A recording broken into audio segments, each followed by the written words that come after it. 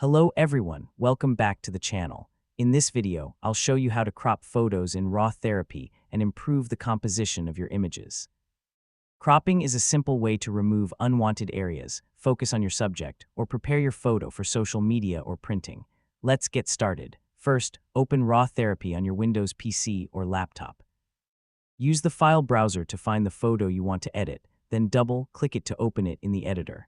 Next, look at the tools on the right side of the screen and open the Transform ** tab. Find the ** crop ** tool and enable it.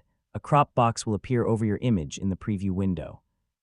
Click and drag the corners or edges of the crop box to select the part of the photo you want to keep.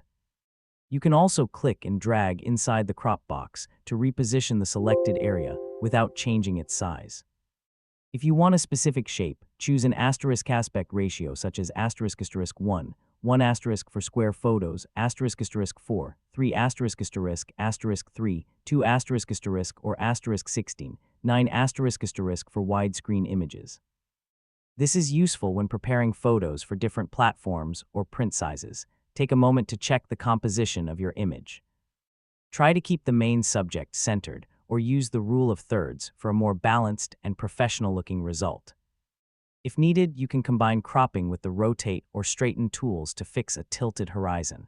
Since RawTherapee uses non-destructive editing, your original photo is never changed. You can adjust or remove the crop at any time before exporting the image.